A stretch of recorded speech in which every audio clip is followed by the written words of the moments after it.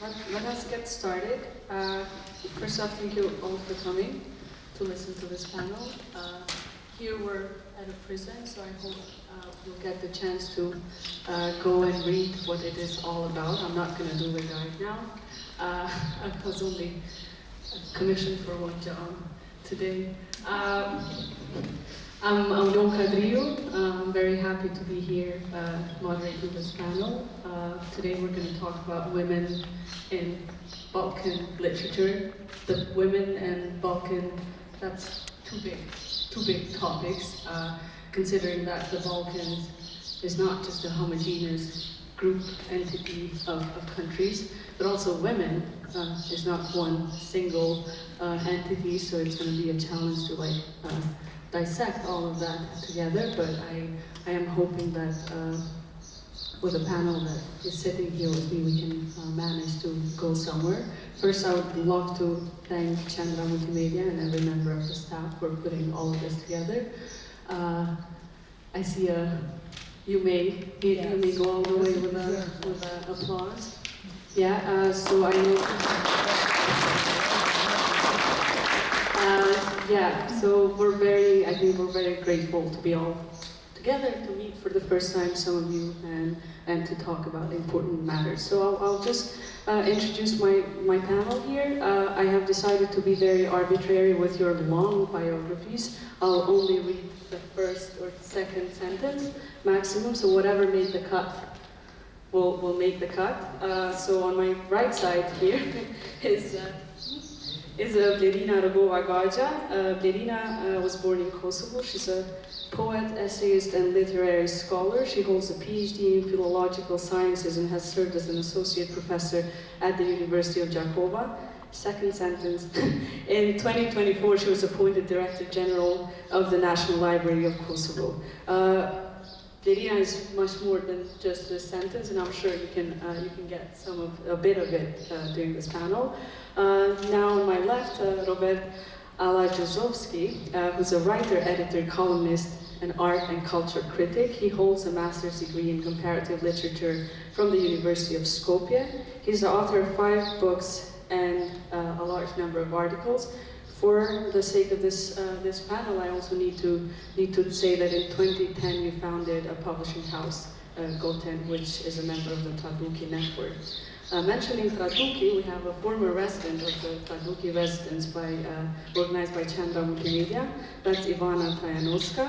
Ivana is a university professor, interdisciplinary researcher, and a writer. She was born in Skopje and she holds a PhD degree in Anglophone studies from University Paul Gallery in Montpellier, France. Where she also completed her master's studies in the same field. Well, thank you all for being here, and I'm super excited to do this panel with you. Before I go on any further, I would just like to, I know in the audience we have people who are also involved very closely in the topic we're going to discuss today, which is women representation in Balkan literature, but also not just women as subjects, but women as writers also, and I think the panel here allows for us to discuss about women as publishers or as people who are published or not. So there's going to be a lot we're going to try to cover. So whenever you have a question or whenever you're curious about something, please don't shy away and just raise your hand and stop us at any moment. And I think we'll all be happy to try and answer your questions.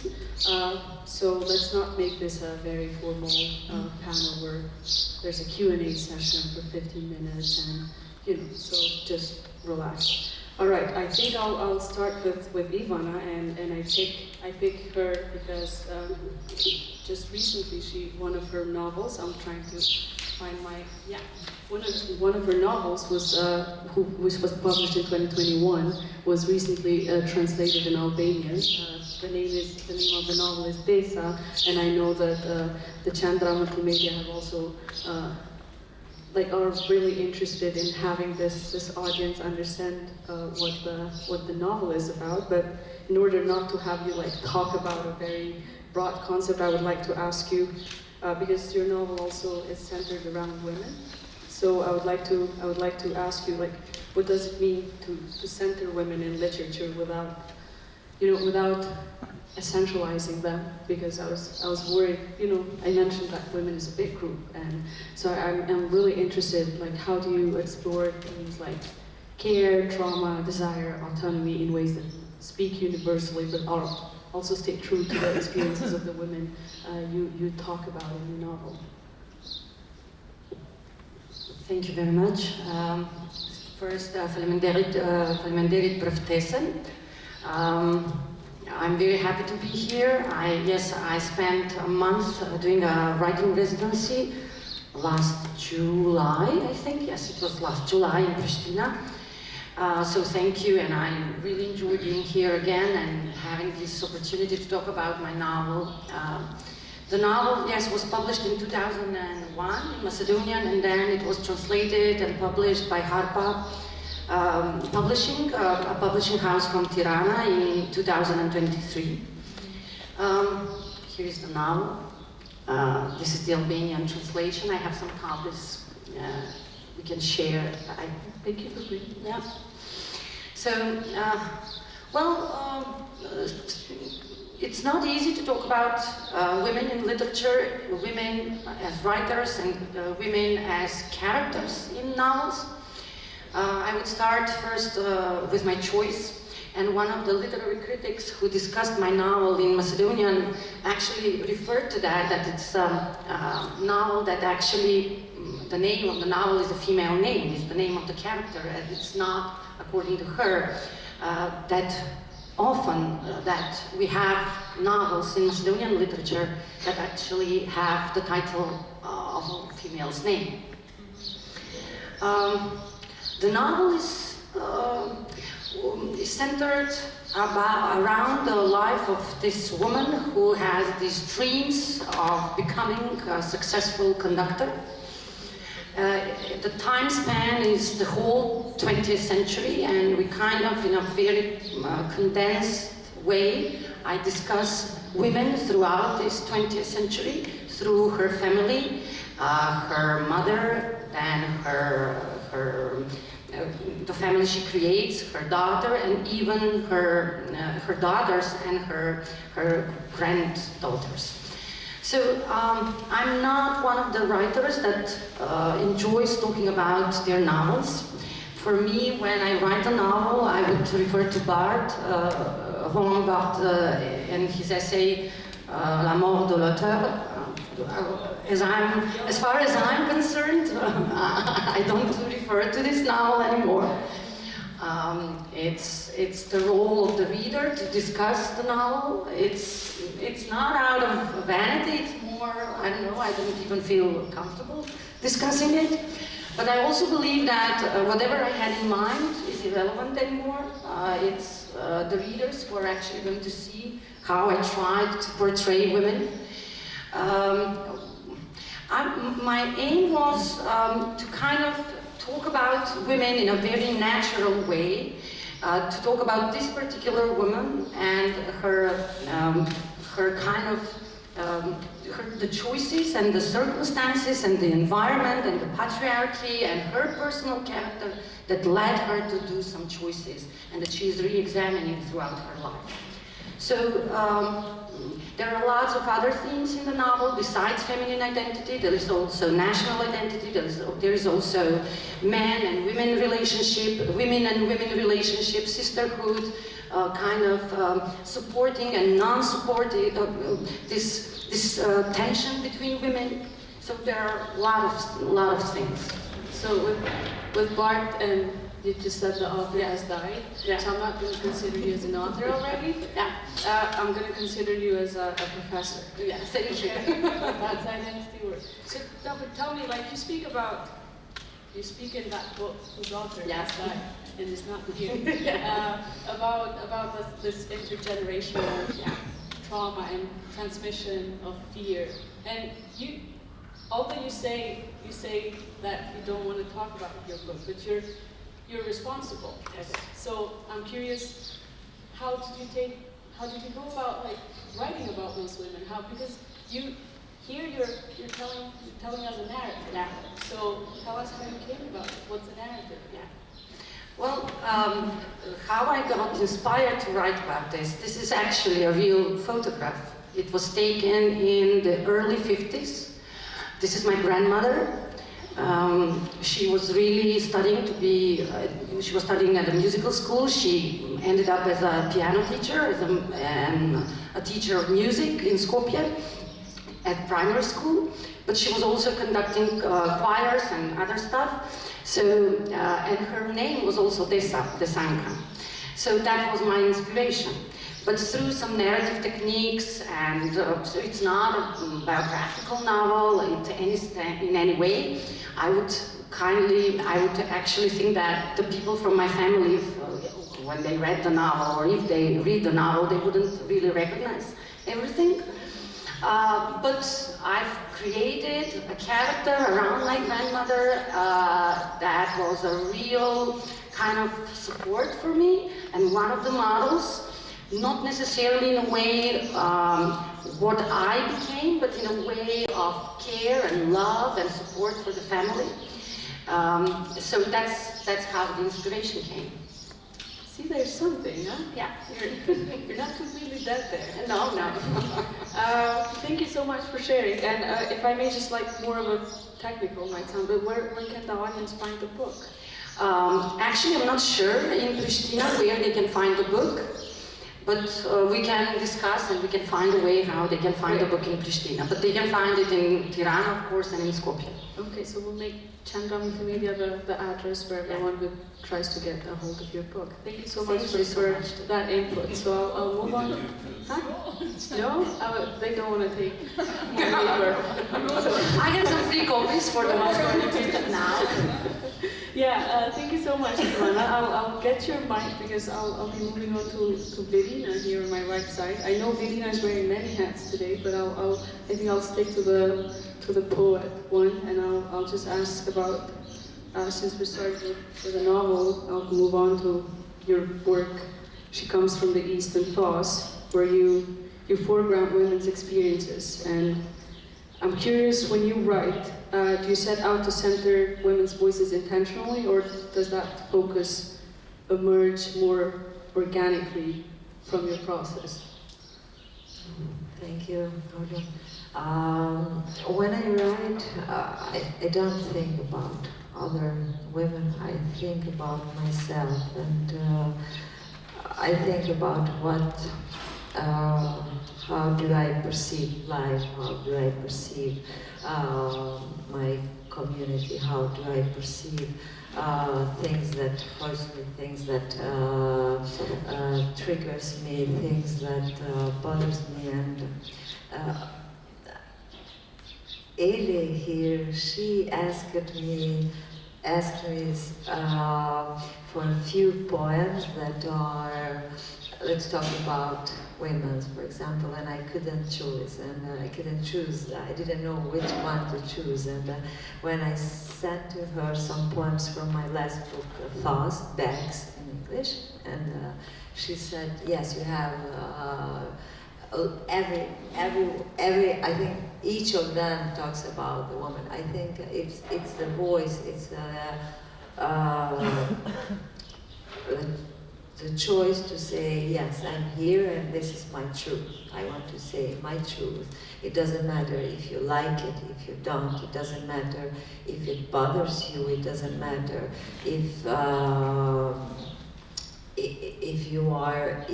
you have a different opinion, or it's just me and it's what I want to say.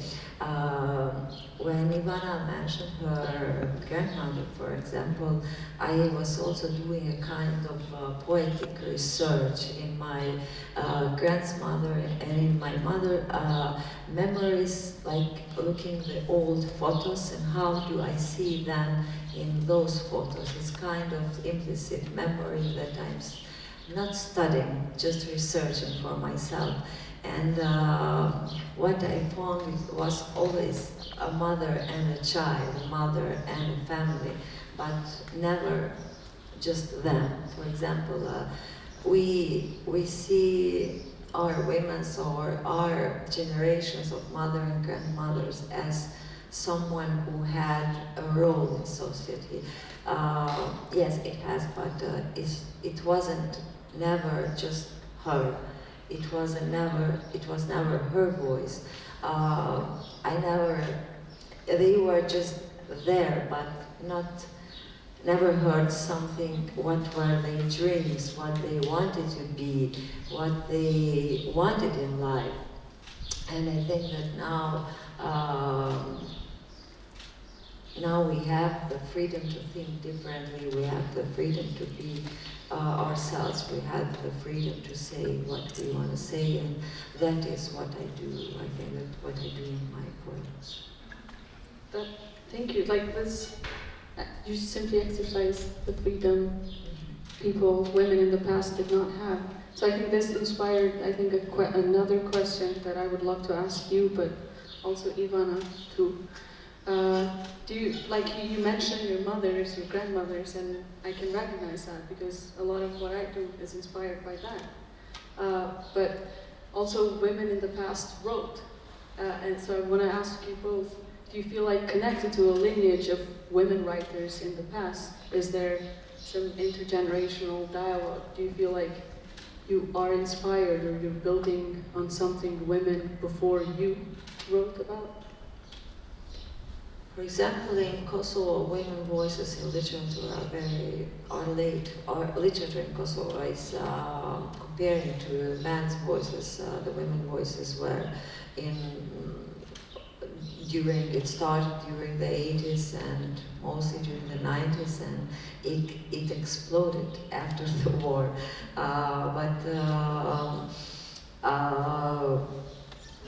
I like to see the women in literature as not just a muse, how it was perceived and how it was in reality, but as a subject who says what she wants. And reading the books that, for example, first women poets in Kosovar literature, separated from Albanian literature, from Albania. Yes, we have strong voices, but mostly voices that speak about love, that speaks about their rights. I think that women in Kosovo used literature, poetry, mostly poetry, as a platform to speak about the equal rights for women in front of the mass. So it is not just a poetical thing, but it is also a social thing. It's also something that like a weapon that you use to say, to speak about yourself and the community. Thank you so much, Blerina. Yeah, what you mentioned is also part of the book. Now I can relate a bit because it also it's also something that I'm not necessarily only in my book, but in reality I'm also intrigued by this. Since the novel explores this period from, let's say, the whole 20th century, there are examples in the novel, but I also had examples in my life, hence the book was inspired by a real event. That where women, even though the situation was as it is for women's rights and women's roles and everything that we discussed, somehow there were still women who managed to do something with their life, regardless of the censorship, regardless of the situation in their families, whether they were supported or not, or not only in the arts, but also with their lives. Women kind of fought, or not in a direct way, but did with their life what they wanted to. So they were, not all women were actually kind of subjected or objects in this man's society. And this is something that has always intrigued me. How come some women manage to do something and others just were trapped in the society, in the family, in the expectations. So I explore that in the novel too. And as far as what kind of inspired me in my writing, it's strange. I started to write at a very young age, and I always thought of myself as writing. I never imagined myself doing anything else than writing. Maybe having a career to earn a living, that was my idea even at a very young age. But then I would always write. Somehow I always knew that through writing I would never be able to earn a living. But I had never doubts. And I was never thinking about women writers, or female writers, men writers. I just read and I just wanted to be a writer. But I got inspired by Dorothy Richardson, Virginia Woolf, Margaret Duras,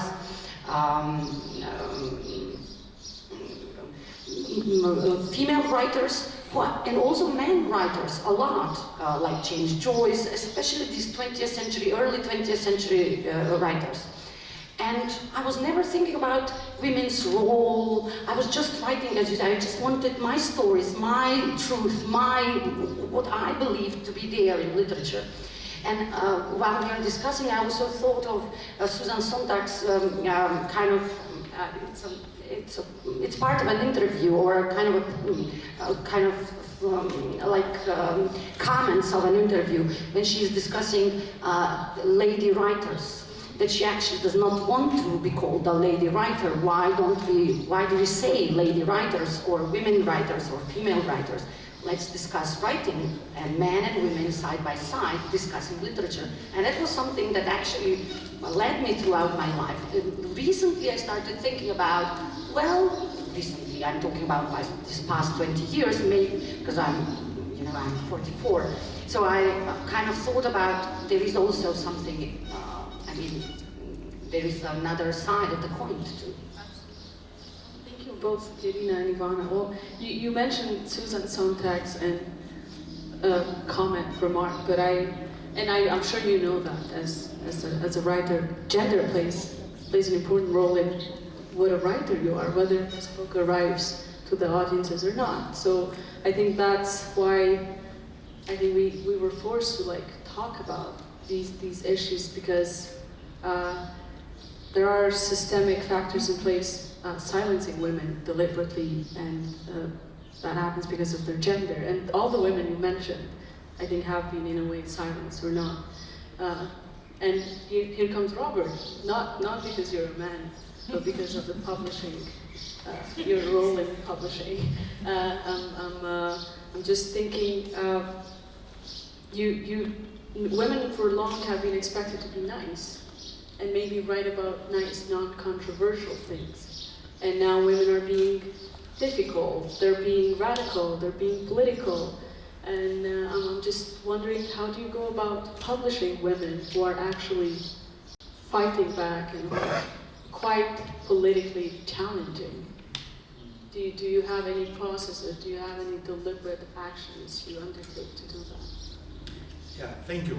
Well, I'm not sure if I'm going to give you a quality answer to the question about publishing. Of course, I'm very much liking to publish good writers. So strong women that I published and I get in contact with was the Croatian ones. So I was I was publisher to a book and welcomed her in Skopje of not Slavenka, this other one, Dubravka, no, not Dubravka, no, Dasha Drndic. And Dasha Drndic is so complex as a writer, and she's just giving her a very inspirational insight into the histoires, which are usually the male or national histoires. And then she really dig with a big subversion and curiosity into the traces of the memory of the past, of the betrayals, of all the violence that is usually a male-ish thing, and then the women suffer, but at the same time they are curious to discover and to be a kind of consciousness of the bloody, let's say like Glenby male society. And then also I was thinking of Vedrana Rudan. Well, she went into total ridiculousness of the gender roles or feminism, but I appreciate her playing with that. So I have the privilege to publish them and to be in contact with them. But I would say that yes, they are hard personalities, complex personalities, and I think that usually, I wouldn't like to repeat maybe some gender stereotype, but I think that generally the male culture, they want a more simplified version of social behaviors or doing the things until they cut your head sometimes in a brutal way. Yes, so this is the Guns N' Roses concept of the male-ish societies. Another thing that I would actually add is that one month ago I was in Zagreb, and we were hosted by the Writers Association in Zagreb, and I was shocked that out of 50 portraits of all the Croatian writers and presidents of this Writers Association, it was only 1 or 2 female portraits, photographs, and even these portraits were, very, very male-ish in the appearance. So I also then back to Skopje, Macedonian Writers Association, and then you have the same when you see who were the presidents. So actually the literature and the publishing very much is still a very male-ish profession. As a researcher and comparativist, I researched a lot, let's say the Macedonian literature, but also some comparison. And I can even say that only now, in the last 20 years, so after the postmodernism, it is when we have, I would say, frequency, not dominancy, but frequency of women writers and women voices, and especially I'm glad like Ivana is doing, but others are having strong international careers, like in the Macedonian case, but also in the region. You have Lidia Dimkovska, you have Rumena Bužarovska, and then back it's Olivera Krvezirovska. In the early 90s, maybe one of the rare strong voices, and I would say female strong voices, was Liliana Dirjan, but generally it was very much a male profession, and it also goes with it. The publishers are males, the editor-in-chiefs are males, the university professors are males, and then you can see, so I'm trying to be self-critical to the position, but very much it's preoccupied. And then you have, let's say, the case of Olivera Krvezirovska, which is very important. So she was the lector, and all of a sudden this lector, who was actually, editing half of these books, she all of a sudden became a very good prose writer. So she even edited my first and so far only novel, and I was so happy to see that this lady is having such a strong voice about so many things in the writing, and yet, her position is some lector. She couldn't even make it to the editor.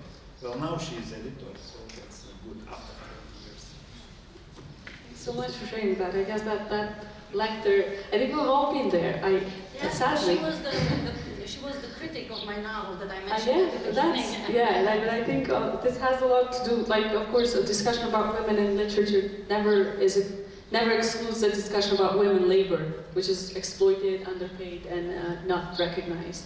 But since from the publishing house, I think now we're going to go to the library, to the National Library, because I think that's a big institution. Libraries in general are big institutions that get to silence women or promote them, get to put them in the mood.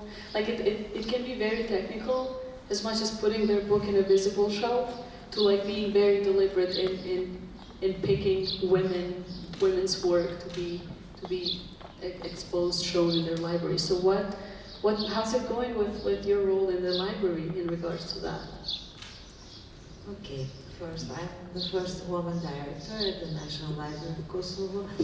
But all the workers, most of the workers are women's, but it is, and I'm the youngest, maybe the youngest worker in the library, and it's kind of a bit of contradictory. For me, it's not just a position about, it's an administrative position, so you have to do all the administrative things and to face old minds and old mentalities. And so I'm working on it, and I'm also working or learning to work in this, in general, in institutional thing and bureaucracy and administrative things. So it's been quite tough for me till now, but now I think that I'm learning to play the game. So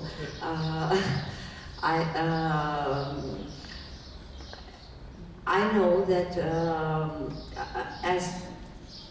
as it was mentioned, also we have the portrait of male writers in the National Library, and we had that idea that, okay, we will change it and put some female portraits, because we have them, so they are not enough, but we will change that and put something different. And yes, it is challenging facing in our, so it is still challenging on doing this thing in our society, but I must mention here something, that when I wanted to publish my first book with poems, it was during the wartime, 98. And I went to a publisher, male publisher, and someone sent me to him, and I said, okay, I have wrote this book in this notebook, and I am trying, I think that I will publish it.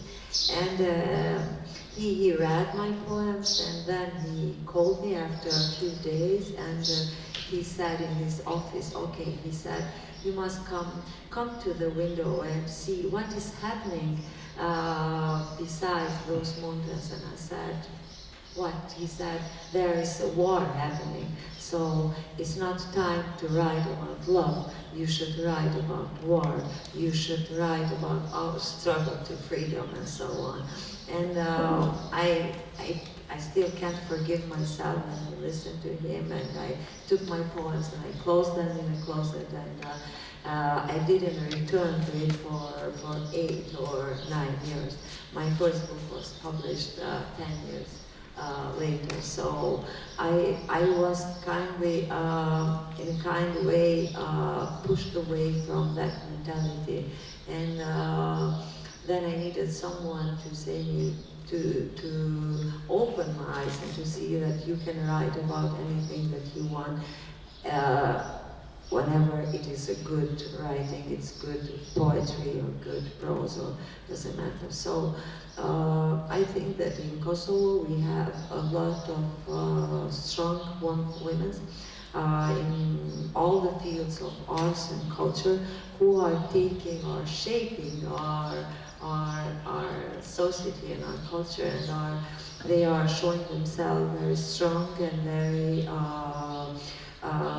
visionary. So my belief is in this new era of is new transformative era. Thank you for spreading some positivity around here. I'm sure we need it. We have a question there, or a comment, or. No. Of course, yeah. Anytime you have questions, I was just going to say, do you have questions also? So, please. We're talking about women in literature and men, and in this area of publication, and in this area of publication and visibility. In 2018, supported by Chandra Multimedia, Alter Habitus had a panel discussion, and it was very interesting to have literary professor at the University of Pristina saying there's no feminist literature. So we all know that women can internalize patriarchy as good as men do. So for me, it's not enough to say women literature, because women can have these lines. Oh, I saw a book title last year in these vendors that sell book called Blerina, a whore, by a woman author.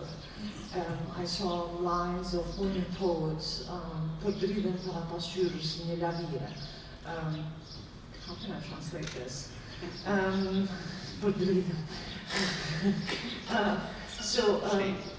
I understand the process. You write, you read, because they are given to you man authors, and these men who somehow shape image of women, either as whores, either as mothers, or as crazy women.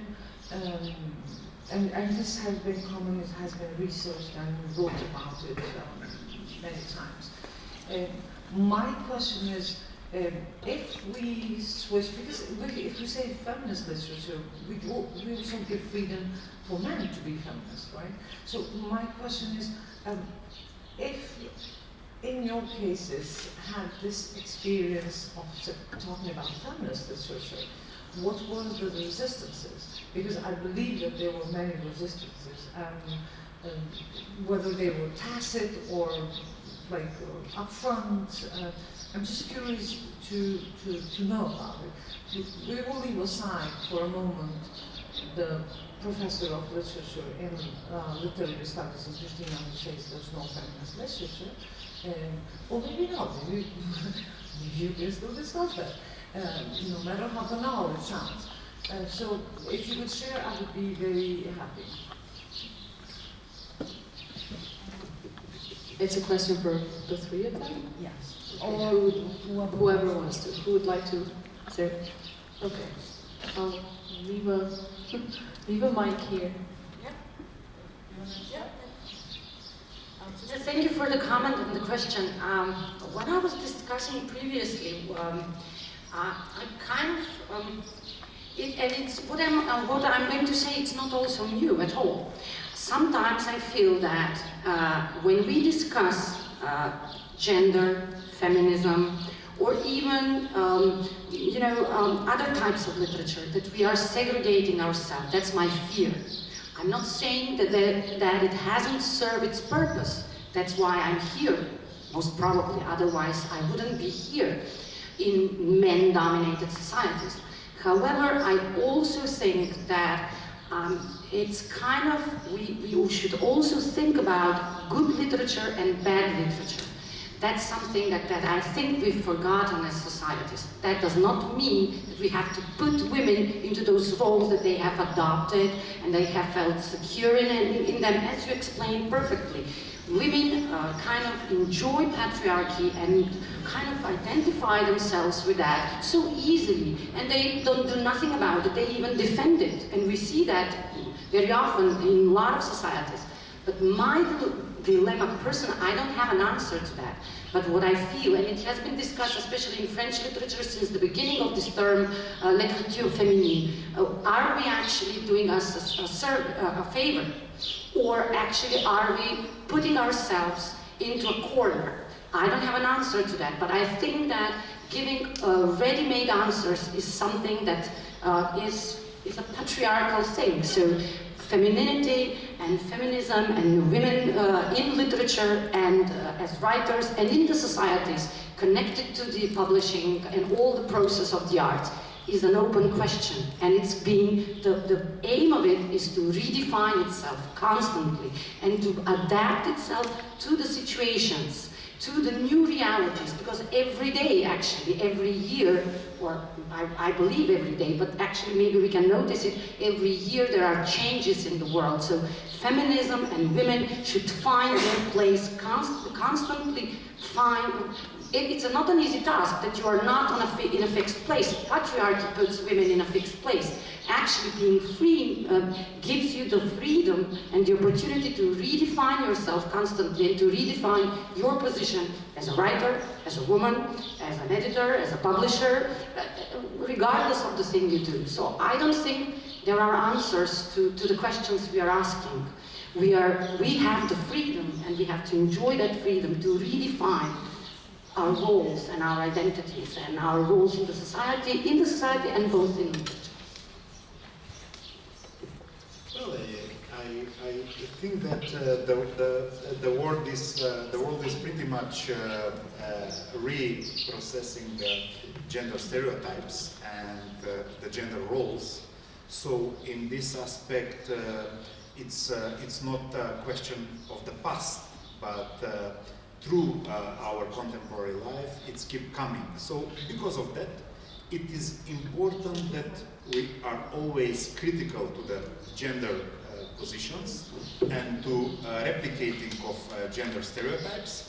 But then, yes, even through this, we have to fight whenever there is a dominance or whenever there is an inequality. So for me, I would even accept the gendered division in order that we understand the inequalities and then we fight for equality. Because you know these gender roles are sometimes, let's say, to me myself personally, I'm not always happy with it.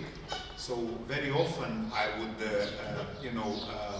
consider myself a weak male because the only thing I knew in the household is to change the bulb. But now these bulbs become complicated, this LED bulb, so now I cannot even change a bulb. So like this, I'm, very bad male. So I'm not very comfortable also in this gendered position and what are expectations. But anyhow, then let's say the female, the woman, they are really much more unequal in so many positions, and then this bulb is a bad excuse for me to say, okay, I suffered as well. So no.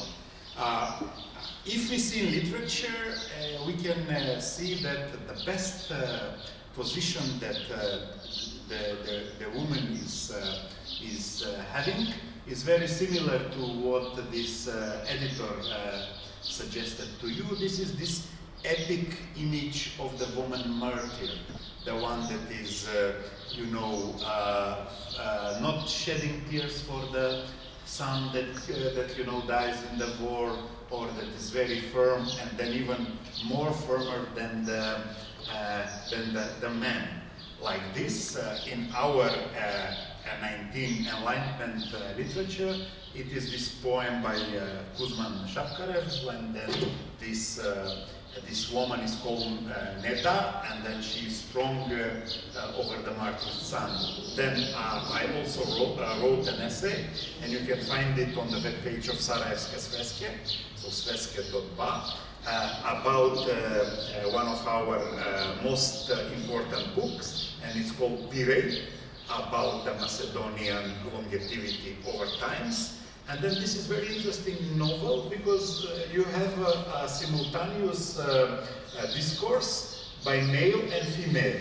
So, then this is great. For the first time, the woman character gets half of the narrative part, but then you see she's the martyr. So it's again a constructed word for what. World for what would be and place for the femininity. So it's like that. But let's say then I was in my education I was very much influenced by Elizabeta Sheleva. She was my mentor, and then she was one of the first theoretician of literature and essayist, and she was speaking about the pink triangle that is reserved for the women. So it's the kitchen, the bedroom, and the bathroom. So in this triangle, you can expect feminine As a young student, to me this was very subversive and provocative, and I was very much inspired by her, much more than these male professors who was still in structuralism, post-structuralism, you know, this power battle, whatever, still these mannish things. So, yeah. I think Blerina would like to add. Yes, it is. Since I've worked as a professor of literature, for example, we have in the university actual contemporary literature, but no any name of the women authors is in the program. So I think that we teach, it's about the way that we teach at the university, and taking care of treating only the established writers and not the literature, for example, that is written these 25 years. It is young literature, but it is not still too serious to be in the university program. So, and in meantime, it was these 2 or 3 decades that a lot of, not taking it as gender, women, men, but that female voices came out.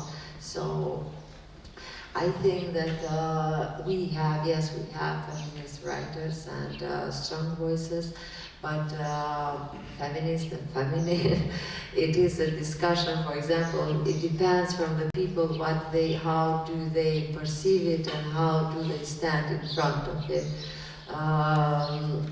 We have a lot, I'm talking only about Kosovo, but not including the writers from Albanian literature in Albania.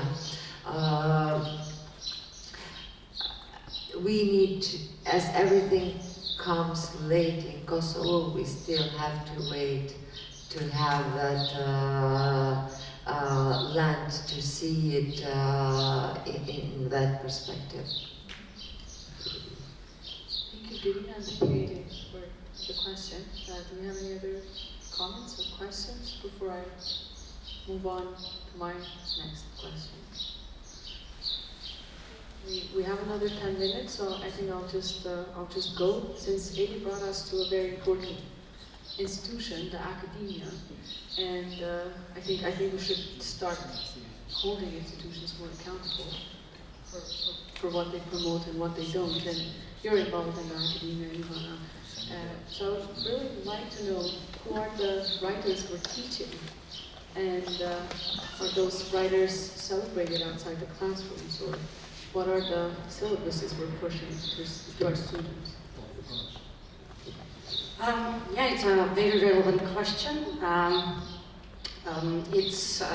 think that maybe in the Balkans we are kind of running late, maybe as usual. I serve as Dean of the School of Foreign Languages. I teach English literature for the past 18 years. So I've revisited, I remember when I studied literature at university, we did have some women in French literature.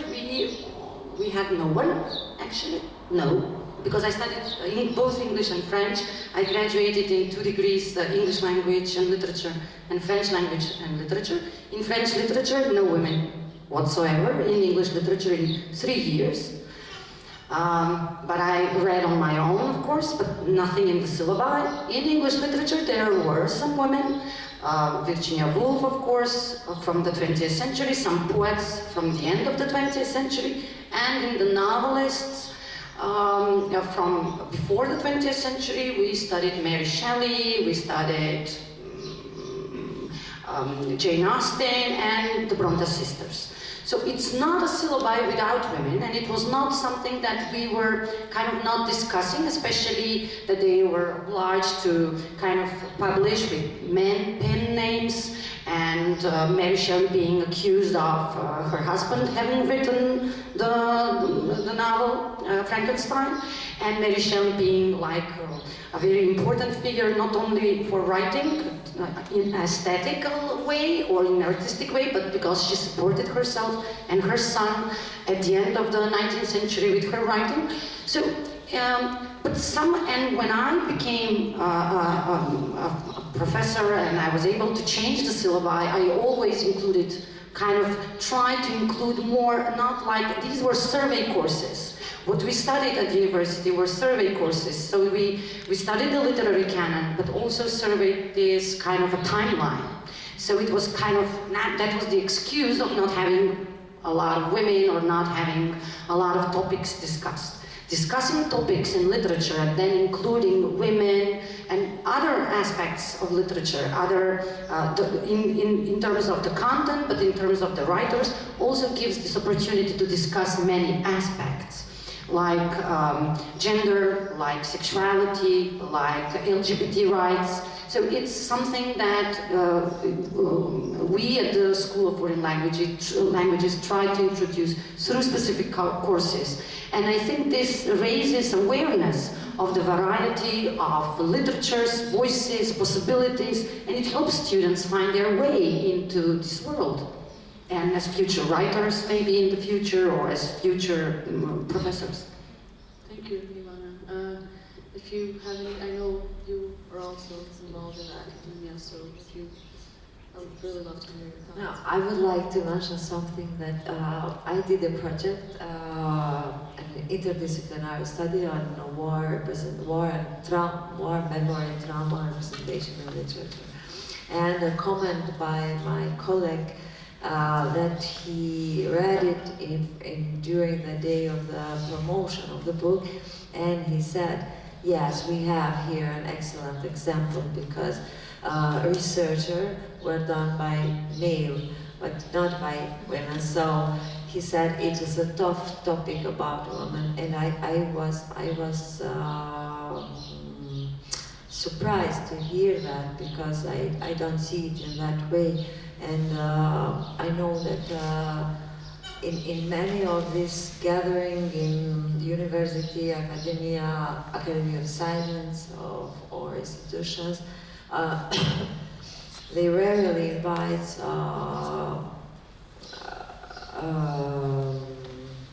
the new names, and they always try to stand in that circle of old researchers and serious topics.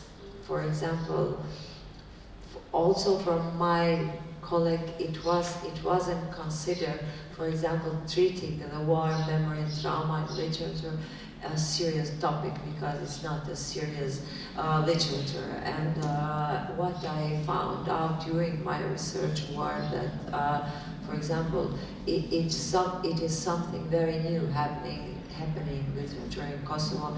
It is something that institution doesn't. I don't work in university anymore, so I'm free to say it is something that institutions don't see it, or don't want to see it, don't want to see it, don't want to accept it.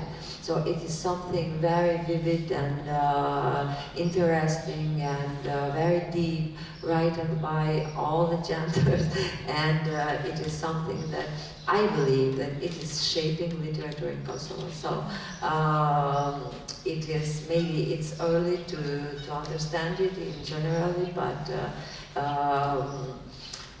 I think that I will research in that. And for example, today you have writers who women were only writing poetry, but now they write prose, they write drama, and all the genres of literature. And what we need in the future is having these voices, for example, in our university programs, to understand more what is it, this universal mentality that is living underground, in the ground, underground Kosovo art and culture. Yeah, and then I think we need women across all sectors, not just like in the I think we have like boxed women in the gender department, and you stay there, but you go learn about biology. Those are writers too, you know. You go learn about science, and there are so many women who've done such brilliant work and are forgotten and just removed. So yeah, if you don't have any, do you have any questions? If you don't have any questions, that's very. If you don't have any though, I would like to just close with another question for Robert. And yeah, so you've been doing art criticism, critique, and culture for quite some time. So I think I could ask you about like whether you notice any changes in how women are portrayed or critiqued, whether something different is happening now that you could share, something perhaps hopeful, please. Yeah.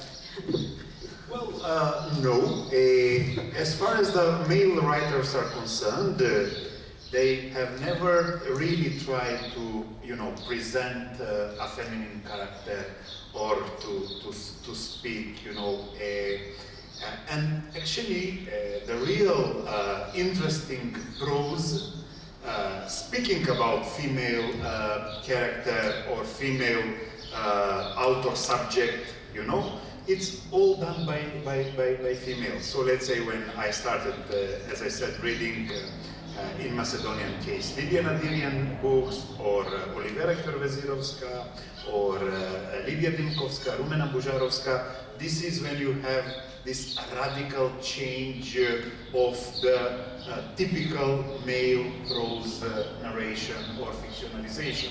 So as I said, the biggest achievement was when females were portrayed in this epic manner. And to prove that, I would say one of the most interesting authors like Dragi Mihailovsky and Alexander Prokopiev. So these are the authors who deconstruct the male narration. So all of a sudden, Dragi Mihailovsky was presenting this ordinary male personality, which is not obsessed with this epic and hierarchical position of the male character. No, he was writing, hysterically, democratically, deconstructing the male. But he never had a significant female character. He never spoke, so he wrote a historical metafiction, Bayazid and Olivera, and this is such a ridiculous portraying of Olivera. I mean, this a very strong woman. So when I was reading I said, oh, what a banality, oh, what a bad prose when it comes to portraying the female character. So he failed. Alexander Prokopiev was again praised. I praised him as the one who was, giving us the contemporary, I would say, ordinary person of a urban prose, and he was great in that. But then again, he does not have any female character besides his mother or aunt that were having typical female roles in the patriarchal world, because then his father, the big composer, was this subtle creature that was all around his life, So I think that males fail. And just to finish, also I wrote a prose book. It was historical metafiction, and then I was thinking whether I should put a female character, and I said it's too complicated. So so I was writing about this Saxon minor, this pater familias, and then I said her woman died very early of some disease, and I then just killed the woman. And then I was thinking, well, this is, so because I said this is, I was thinking about my marketing of the book, and I said, this is a story about the 7 dwarfs without snow beauties. So it's complicated. So I wrote a lot about 7 male characters, but unfortunately, I also didn't have Robert, Yes, I reminded me, think- besides I my think- wishes, that one day you'll write complicated stuff. Yeah, he used a shortcut. Yeah, and look at these women, like all putting all the hard work, and you're just like, I'm gonna kill them. It's easier to kill them off than to understand. Look at how many opinions they have. Labor. But at least he mentioned the word hysterical for a man. That was refreshing, right? I remember when I was very young, I wrote my first book. I was 24, let's say, and I tried to publish it for 4 years. And I showed it, of course, who do I show? I don't have any women to show it, like publishers, so they were all men I showed the book to. And one professor told me, Ivana, it's a good novel. However, your male character is not developed. You should try hard and develop it better. Yeah, I mean, and the novel was written like postcards, written by a young woman writing postcards instead of diaries. So it was first-person narration, a woman telling the story. The point was her growth. So it was not about the man, but the man is not. Then I showed it to another professor. I was teaching at the time in a primary school, and he was the president of the Association of Teachers Writers. So teachers in primary schools who also write. Also an older guy, and, I mean, he was very respectful and okay. And I showed him the novel, and there was this one scene. The girl was traveling somewhere in the novel, the character, somewhere in France, and there was this truck driver, and it wasn't really directly explained. It was like an attempt of an assault, but because she's writing it to itself, that was my purpose, she wasn't even able to admit that to herself. It was a combination of guilt and whatever. And the teacher, the president of the Writers Association for Teachers says, Ivana, it's okay. However, this scene here with the drive, expand it, make it a bit sexy. So I had those, but when I hope that we as women, as people, will be able to surpass this, fight off those kind of constraints, that we have to adapt to a certain mold, character, or story, plot line, female voices, male voices. I know maybe it's early. I understand that, I feel it. We have to empower our girls, we have to empower our boys. And I'm very glad that we have Robert here. It would have been strange only women talking about women. We should include men in this conversation. We should take care of our boys and our girls. He killed the woman in the story. So you see? So we need more here. See? And then I'm talking about, maybe we have been segregating ourselves. Oh, what am I saying? So, Yeah, we kind of need to, finally talk. But hey, Ivana, Robert, and Blerina, thank you so much for this discussion. It was very lovely and I hope fruitful, helpful. Thank you, Chandra Multimedia and Mola Culture, I think, for the venue.